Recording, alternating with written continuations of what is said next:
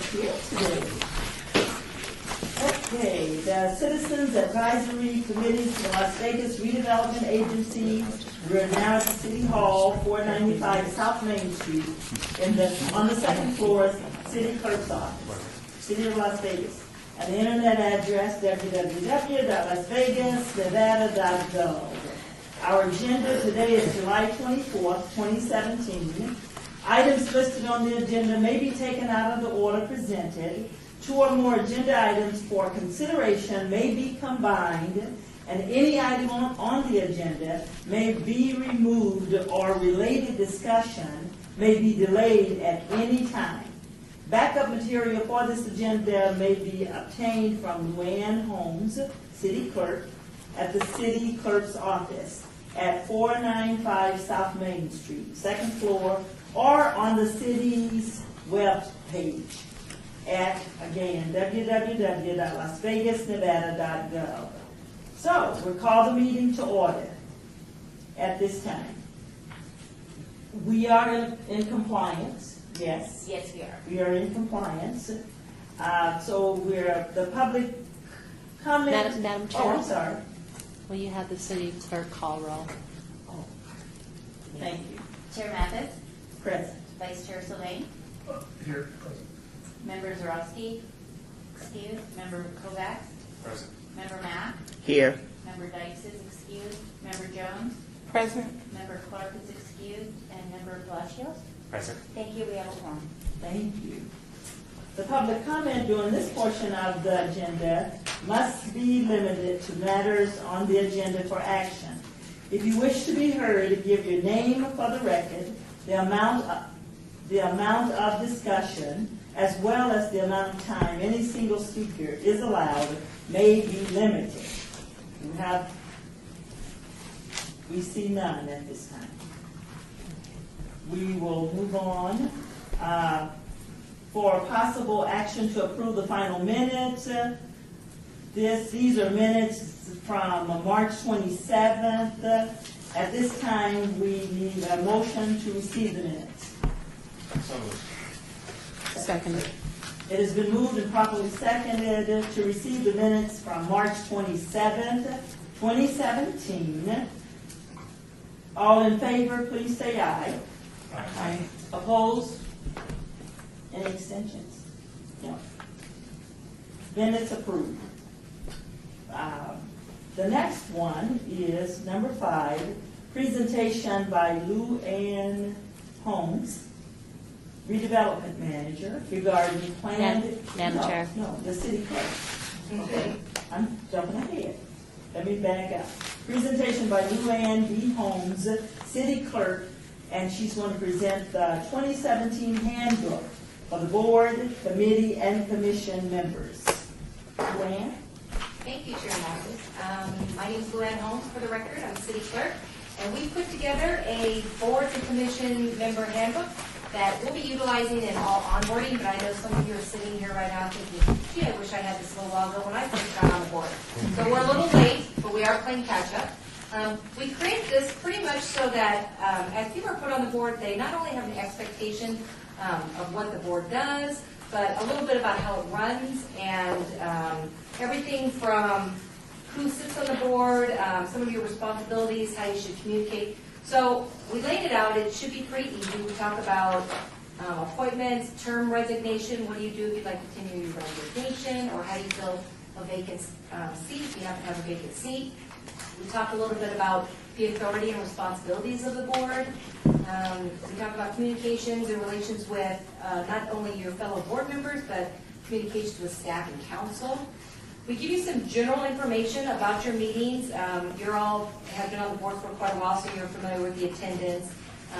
If you have a conflict of interest, of course, you seek your legal advisor, who they come to all your meetings, so they're here for you. We talk about minutes, parking, recording, some general protocol. You're all pretty familiar with quorum, parliamentary procedures. And then we also put in here some general reference materials. The Las Vegas City Charter, the Nevada Open Meeting Law, those are really important for any boards and commissions to understand, so we put a copy of that in there for you. And then in the very back, we've included your particular board bylaws. So if you ever have any questions on the bylaws, of course, Terry and legal counsel is always there for me. But back in that corner in that little white binder, we also have a copy of all the board's bylaws, so they're easily accessible for you. And we think we've laid it out, and it's pretty self-explanatory, but if there's any questions on it, or you'd like any clarification, feel free to give our office a call. My number's on the front there. And if there are any questions I have, anybody? No? All righty. Appreciate it. Good luck on your trip. Okay. Thank you. And again, we do appreciate this. Oh, you're welcome, you're welcome. Okay, next on our agenda, report by Shani Coleman, redevelopment manager, regarding planned improvements in the Las Vegas medical district. Yes. Right. Thank you. Again, Shani Coleman, redevelopment manager for the city of Las Vegas. I've had the opportunity to present to you before, so this is just a little update about the medical district, also the medical school. So I'll jump right into it. I'll give you a little bit of background. Let's see.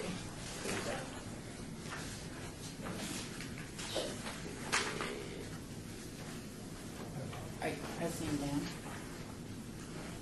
There we go. All right.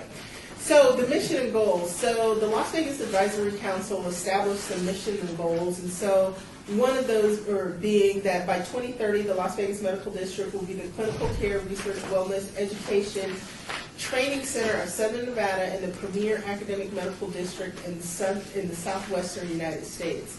So what I'm going to talk about is a little bit about the master plan of how we get to this goal, what we need to do to reach that, to develop a world-class medical center, to be supportive of medical education, and also to create a great place to live, work, and play.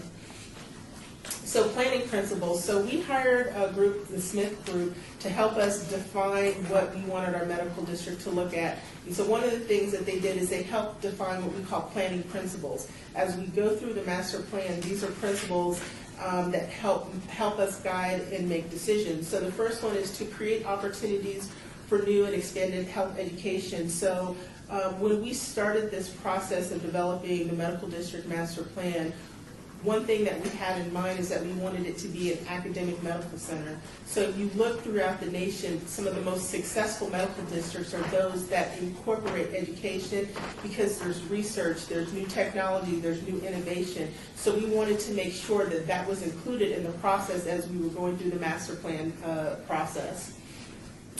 Encourage an urban mix of uses. We are very lucky in that our medical district is part of our downtown. One of the core things about our downtown Las Vegas is that we have an urban mix of uses. We don't want this to be a place where people come here to work and then they go back to the suburbs. We want this to be a place where people actually they raise their families, they enjoy quality social time, and so in order to do that, we're looking at developments that include mix of uses. So it may be an office and ground floor retail. It may be retail and residence. It may be parking and residence. So looking at those non-traditional ways that we can mix development together that create a vibrant community in downtown for living, working, and playing. Prioritize ease of arrival and departure. So one of the things as we grow, Las Vegas downtown in general, as we grow into a major city, is transportation. It's traffic. You see other cities like New York and LA where people don't want to go someplace because the traffic to get there is too horrific. So what we want to do is we wanted to look at ways where people can get in and out easily, but not just that, where they're at a point where they can go someplace once and they're comfortable. They can park someplace once, and we create a walkable district where people can walk around for the duration of their stay, and then if necessary, get back in their car and go home. But hopefully, by adding residents in there, again, people are actually living where they're working and they're playing, so ease of access, arrival and departure is not such a cumbersome thing. Safe and welcoming environment. So there is a perception about downtown Las Vegas that it's an unsafe place. we've been fortunate to work very closely with Las Vegas Metropolitan Police Department to look at statistics throughout our medical district versus other districts throughout Las Vegas. And one thing that we know is our district is no different than any other district, but it's the perception. There is a perception that downtown is unsafe. So what can we do to help alleviate the perception? And that's what the master plan talks to. And then, as I mentioned, pedestrian-friendly development. Not just in the medical district, but throughout all of downtown, we're looking at creating wider sidewalks where people feel comfortable walking. We're adding streetscapes, trees and greenery where people feel comfortable to walk. It's 105 degrees outside. Nobody wants to walk 2 blocks someplace when it's that hot outside. But if we can create shade through trees and other structures and create that pedestrian-friendly environment, this again becomes a place where people can park their car once and they can walk around, handle their business. Whether they're living, they don't have to get in their car. They can leave their residence and they can walk to the store. They can walk to a restaurant. They can walk to a movie. We really want to create that environment for people. So part of what the medical district, our master plan did, was to capitalize on existing investments. So our medical district in all of Las Vegas was already pretty strong. As you can see, we had over 800 hospital beds existing. That's not new. That's what's in the district right now. But special things like the trauma center. We have the only level 1 trauma center in the entire state. That's very important. We want to highlight that, and we want to make sure that we as a city protect that investment. But other things, the UNLV Dental School, they provide 170 dental chairs, and the majority of their customers are low-income customers. So from a community standpoint, things happening in our district are already providing services to the rest of the valley, the rest of the community, and what we want to do is expand that. So future potential. Right now in our medical district, there is approximately about 7 million or so usable square feet of space. That includes everything. That includes office space, that includes housing, that includes hospitals, healthcare related uses. What our master plan calls to do is actually increase that number to about 19 million. The question becomes, wow, how do we get 12 million square feet of space into our medical district? And it's through planning. So as you can see here, this map is kind of hard to see, but what it does is it lays out an opportunity for what we talked about earlier, those mix of uses. So how are we adding parking? How are we adding office space? How are we adding medical office uses? And so the goal is 12 million square feet with a goal of about 24,000 employees. We have to be very strategic about how we do that. Increasing floor area ratios. Right now, our floor area ratios are under 1. And basically what that means is it's the amount of usable space to the amount of ground a building takes up. Our master plan calls for going from very low density, 1-story, 2-story buildings in the core of the district to buildings that are 8, 9, and 10 stories. There's no height restriction in the core of the medical district right now, so we can go as tall as needed for any particular building. But that's the way that we improve density, and we go from 7 million square feet to 19 million square feet.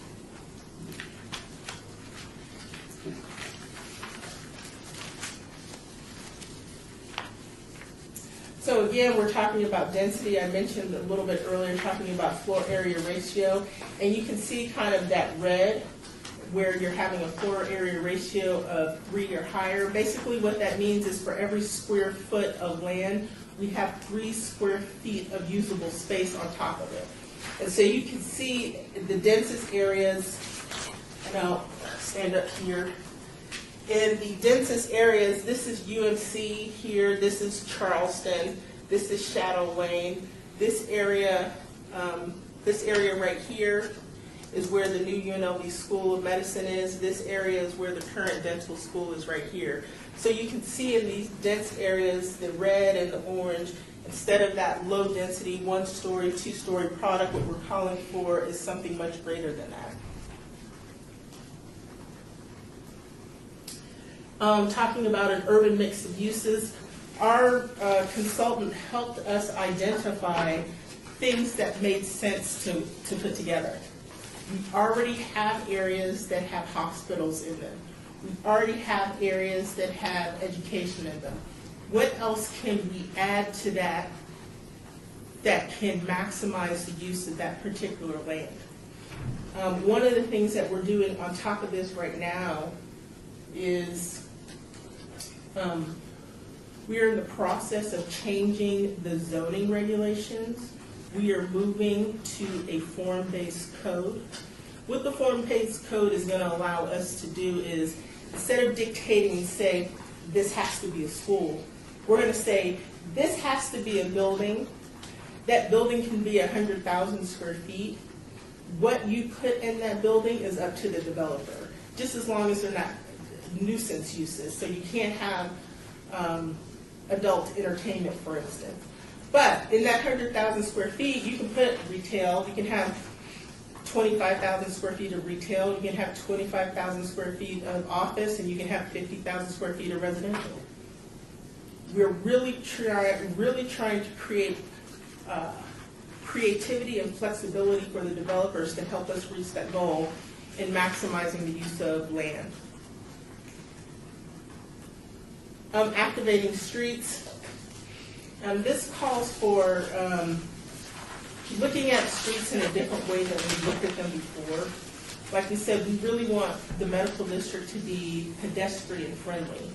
So instead of making every street about the vehicle, some streets would be dedicated to, and when I say dedicated, that doesn't mean a car can't drive on them, but the focus would be on either the pedestrian or maybe public transportation, or could be bicycle. So some of the things that we're doing in the medical district, where you see institutional, those are going to be more pedestrian-centric streets. So you're going to see lower speed limits on those streets. You're going to see narrower lanes on those streets. You're going to see wider sidewalks. You're going to see full-fledged bike lanes in those areas, because we really want it to be about how those in the district circulate throughout the district. So some technical considerations, obviously redevelopment. We pulled the core of the medical district into our redevelopment area, so it has full-fledged access to all of the incentives that a regular redevelopment area would have. Vehicular circulation and parking. We're looking right now at trying to create a transportation management association for the district that would create a shared parking model for the district where everybody contributes to parking, so that way no one developer or no one entity has the responsibility to pay for parking. Parking is very expensive. And in this situation, when we're talking about density, the only way that you can achieve the goals that we're trying to achieve is through structured parking. Structured parking adds a lot to an overall development cost, and we think everybody contributes to that, not one developer or one entity carries the burden of that cost. Streetscape and amenities, public art, landscaping, things that make the district more community, things that make the district more lively. We're looking at different ways that we can add streetscape amenities to the area. And finally, landscape and open spaces. One of the things that we heard, and we hear all the time, is that there's not enough open space in downtown Las Vegas. So we're looking at creative ways that we can add open space. I think I have a picture in here I can show you. We're adding a new entrance point into the medical district. There was some leftover land from that entrance point. We're adding a pocket park. That's some green space to the area. So people who are working in the district, it'll be a place where they can go and have lunch, sit outside if they just want to take a walk. They'll have some adult exercise stations if they wanted to get some exercise in. So we're looking at different and creative ways to add open space to the district.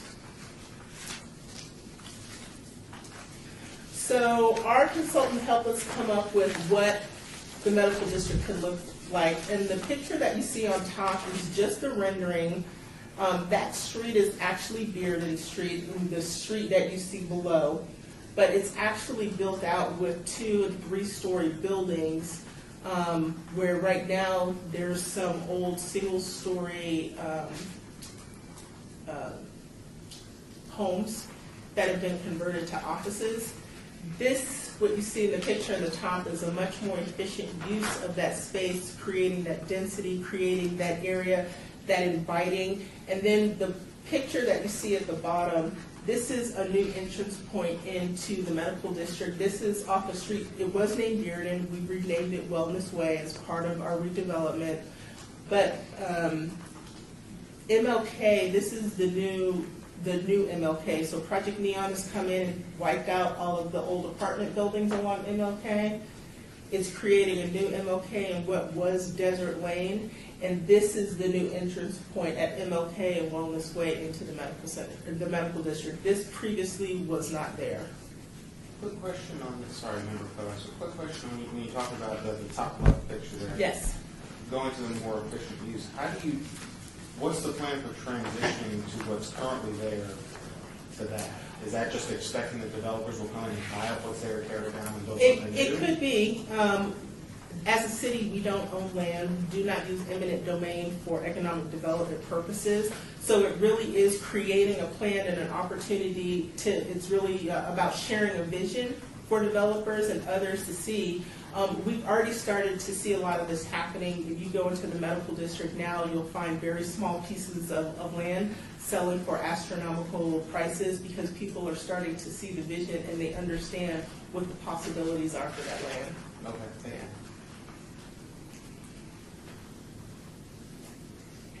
This is UNLV's School of Medicine. This is a rendering.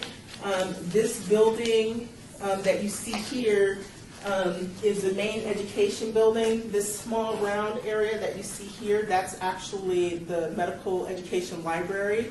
This library will be open to the public. This building is slated to be either between 230 and 280,000 square feet.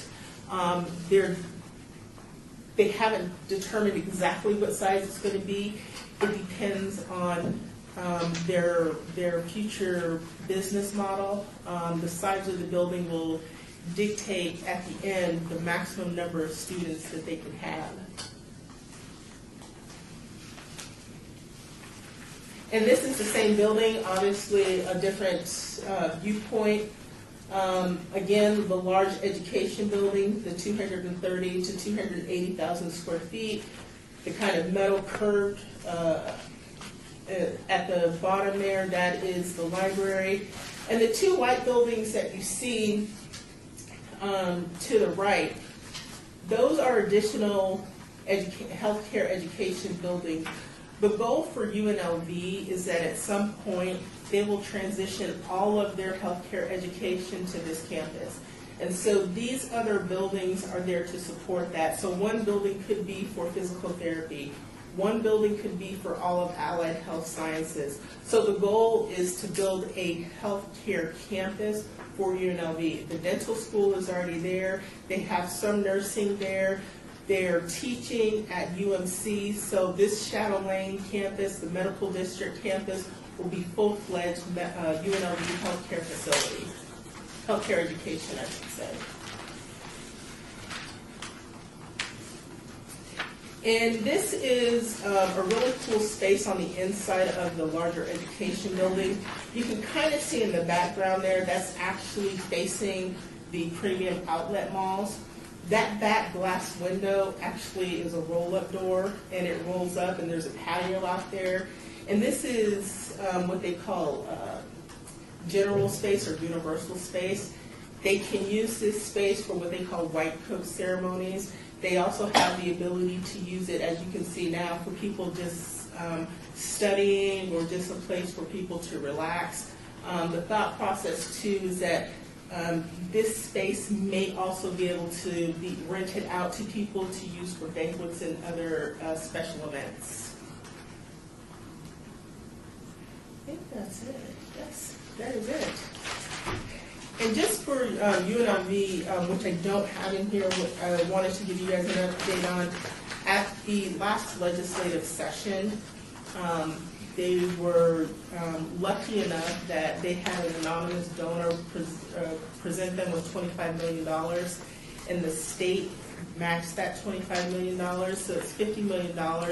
That money is designated specifically for the completion of the plan and construction documents for the medical education building and to start construction. So we've already begun to have conversations with UNLV about how we can assist them in moving that project forward. So we expect for them probably to start construction around 2019 and 2020. The goal is that 2021 they would be able to utilize that building for actual students. I'm happy to answer any questions that you may have. Member Kovacs, one other question. You mentioned at the beginning of your presentation that maybe valid, maybe sounds like maybe invalid perception that there's increased danger to being downtown or increased crime rate. It sounds like from what you said that that's inaccurate, but what specific tangible things is the city or the plan or Metro doing to counter that perception? One is knowledge. We, as part of the Las Vegas Medical Advisory Council, there is a PR and marketing committee. So one is just getting information out to people. A couple of things, other things that we're working on. As we do street improvements in the district, we are laying cable for video feeds. Those video feeds will tie into Metro's Fusion Center, which is just down the street at their headquarters. We're also looking at ways to include either bike patrols or some other type of security patrols in the district. So cameras, we're looking at people, and we're looking at knowledge and getting information out. So those are three different ways right now that we've identified to help with the perception of safety and security in the district. Great, thank you. You're welcome. Member Sylvain, a question regarding, so this is the master plan, and as far as changing zoning, is that going to be, how easy is that to do, and then when does that occur as far as that for the change? The whole downtown Las Vegas is switching into a form-based code. The Las Vegas Medical District is going to be the first of those districts to actually switch. It's still a regulatory process, so they have to go through the public hearings and the meetings. We are in the process right now. We are using the Medical District Advisory Planning Committee to have those conversations with stakeholders. There will be additional meetings, but that process is in place now. It probably will go into, there will be a formal presentation to City Council, I believe, in October, with a goal of actual implementation early 2018. But the so I mean, that's a particular form-based code. Form-based code, you still have to change the zoning as well. Well, what they will do is everything will happen when they start to implement the form-based code. We will go through and fix zoning. So we had a challenge the other day where someone had changed the general plan. There was a general plan amendment that had been in place, and someone had rezoned the parcels, so the general plan and the parcels didn't match, and we had a developer trying to do something. The goal with going to a form-based code is to correct all of those issues in the medical district, and so the form-based code would be reflective of what you see in the master plan as far as the densities go. So instead of saying, okay, this has to be office, which would limit the use of that land to office, what we're going to say is this can be a general building, and what we're saying is that we don't care if it's office. It can be retail. You can have some office in there, you can have some residential in there, just as long as it meets the general form of what meets the goals for the district. So not your traditional zoning where we're saying, okay, well, this. I appreciate that.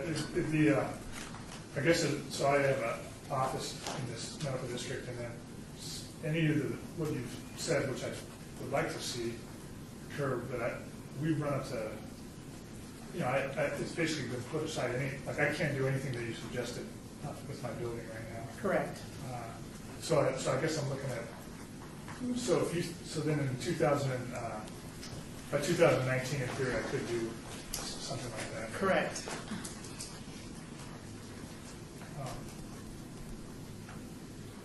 Yeah, that's kind of, I guess, I'm excited for that time.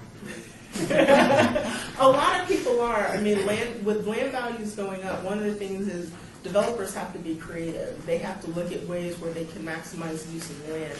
The current zoning doesn't allow a developer Not much to has changed at all. yeah, it doesn't allow that. This would provide the opportunity. Like I said, we're trying to add 12 million square feet of usable space in the district. We can't do that by leaving things status quo. So the form-based code will allow that flexibility for existing buildings like your own.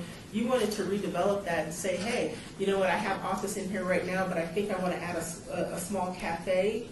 You would have the ability to do something like that. But we found that impossible up to this point, but, I mean, very limited because they're older buildings and they were built, maxed out to that zoning at that time. Right. And so it's very hard to change. The parking is updated, the new code, you know, that's more limiting on parking, and then, even just to do minor stuff has been almost impossible. Right. So we could improve the parking on a building, but we can't do it, I mean, we have the space to increase our parking by a third, which the neighborhood would like. But, Right. And we can't do it without going through a major variance process. Right.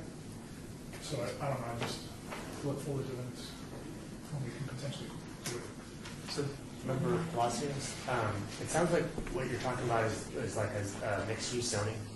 And there's something that exists in like the urban core of North Las Vegas has this, and it's sort of this mixed use with some requirements, right? So she talked about not being able to have an adult use in there.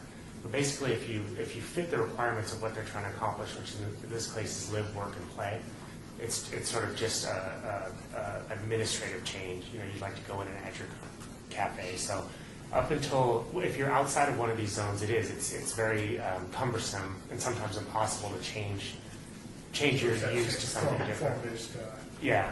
coding and I haven't heard it called form-based, but I know there's sort of these overlays that allow you to do things that fit within the general goal of the area. Right. So that sounds like the same thing, just with a different terminology. Member Kovacs, quick question about the parking that we talked about in terms of building parking structures and that. Would those be just kind of like general pay-by-the-hour parking that anybody could use, or would they be limited to particular developments or developers? The goal is for it to be general use, so they would be not necessarily owned by the city, but a general corporation, probably owned by the medical district or something like that itself, that everybody would have the ability to use.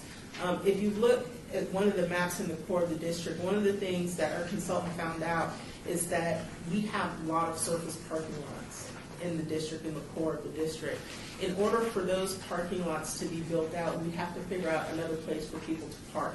And that's part of the conversation we're having about creating this transportation association in this shared parking model, is that if there's a way for us to provide parking in a general centralized location, that creates opportunities for the Valley hospitals and the UMCs to do future development and expand their operations and do new development. And so that's what we're looking to do. So they would be general parking facilities. Are these types of ideas that, in terms of the zoning and the parking, are these things that are going to be implemented in other areas of the city or the RDA, or is the medical district kind of a test case for this stuff? We were fortunate enough that we were further along in the medical district, so I don't want to call it a test case. Form-based code is something that will be implemented throughout all of downtown Las Vegas. The medical district will be the first. Obviously, we'll learn some things from that process, and we'll be able to take those things that we learned and implement them throughout the rest of the downtown. But the goal right now is to have form-based coding throughout all of downtown. As far as parking goes, parking's a little bit, probably a little bit different egg. The medical district, as we look at parking, they want a parking garage. Doing a shared parking model helps pay for that garage. We have a wonderful parking manager, Brandy Stanley, who's done things like take over private lots to create more parking opportunities. So the parking situation may not be exactly the same as it is in the medical district, but we are always looking at ways that we can improve parking in the rest of downtown.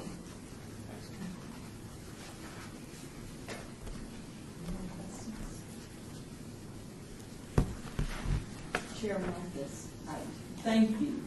You know, it's an amazing plan, and the part that I'm looking at and listening, and I thought, okay, in 2030, I will be 78 years old.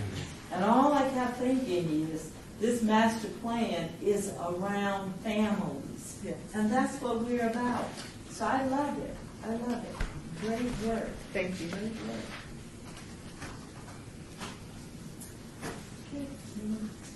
Thank you. We'll move on. Number 7. No. We'll still, no.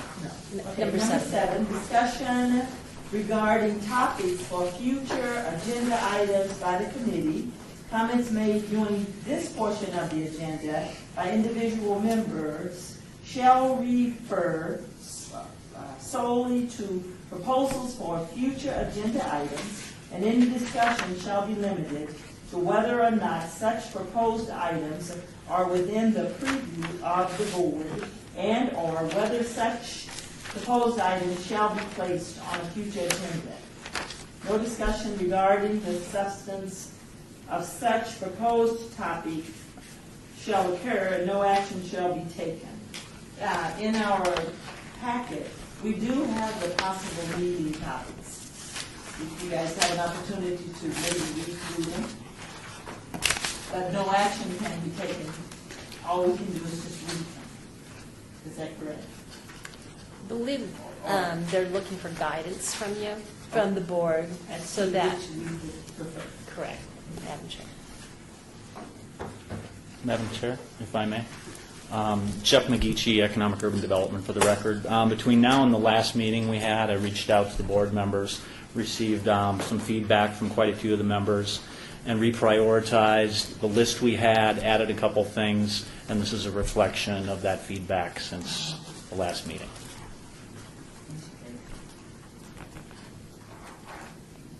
So at this time, any members have any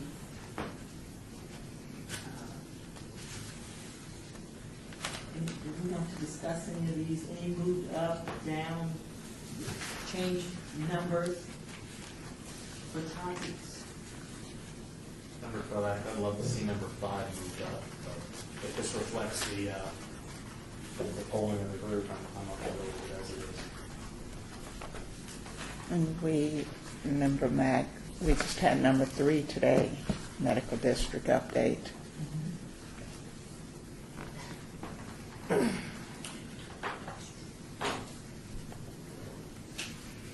would say, member Jones, number 7 could come up a little bit, maybe.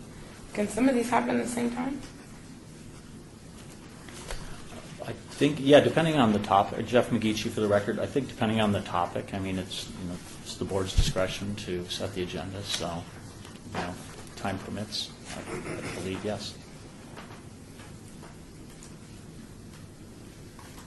So we have 9 members still in. So there's 9. I think these are all good topics. We have 9. We have 6 meetings in the year, but so one to 2, I think, are meetings.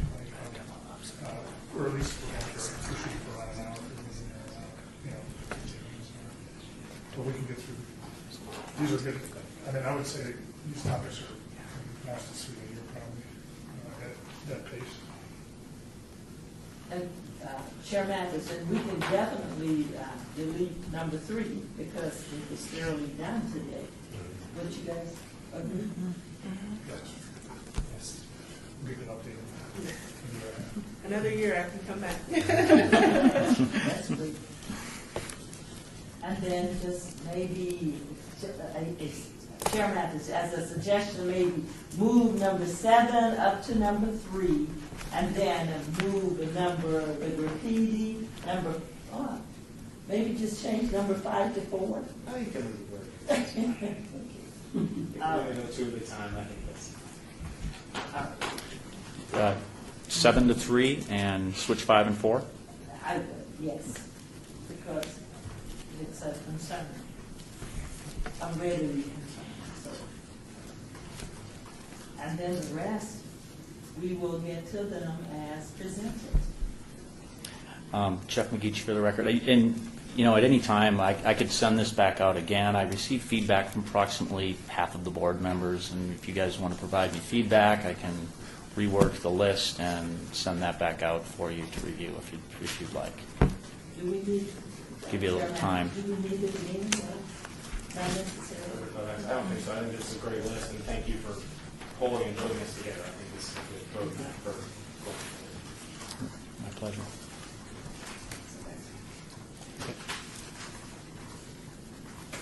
Okay. Good. And do this. Okay, got it. And now, number 8, citizens participation. Public comment during this portion of the agenda must be limited to matters within the jurisdiction of the board. No subject may be acted upon by the board unless that subject is on the agenda and is scheduled for action.